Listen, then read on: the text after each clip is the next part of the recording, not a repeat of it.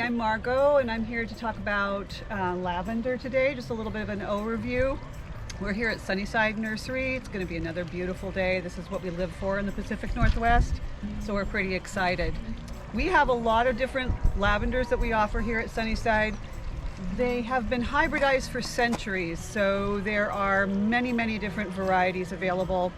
Mostly 4 species, but there are currently something like 450 different varieties. So it gets a little bit confusing. Mostly there are Lavandula angustifolia or latifolia, or their crosses, the X intermedias. And the other one we see a lot is Lavandula stoiches. This is the Spanish lavender. Sometimes people will call it the French lavender, but that kind of confuses it from some other English lavenders that we sometimes will call French lavender varieties. So we refer to this usually as Spanish lavender. It's the one that has the little bunny ears at the top. They're absolutely beautiful.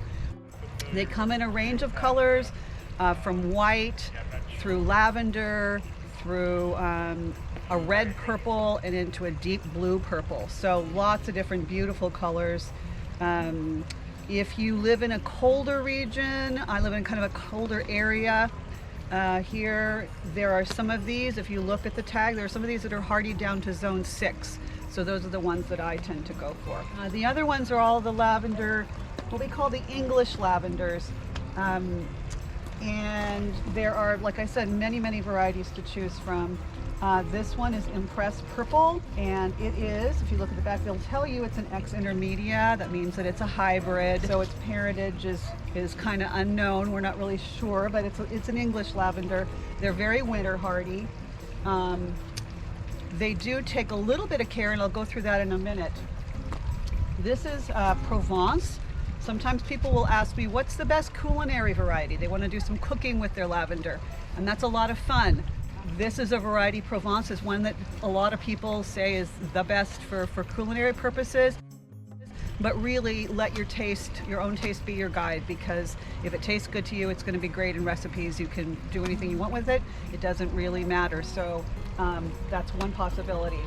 So the bloom time for these is going to be the English lavender is going to be a summer bloomer. Most of these are going to fall into that category.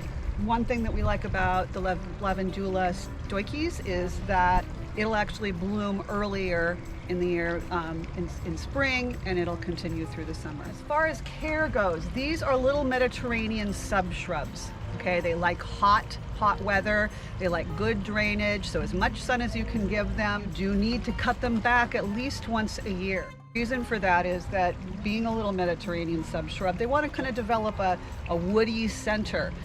And so a lot of people come in and say, oh, I don't like my lavender anymore. It just got really brown in the center and leggy. That's because you're not cutting it back. So you need to do it, like I said, at least once a year.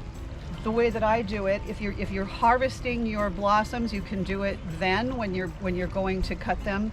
You can cut them back then as you harvest the blossoms, or you can wait until after they're done blooming and then just give them a haircut, a little buzz cut just right underneath the flower. And that's going to help keep it really compact.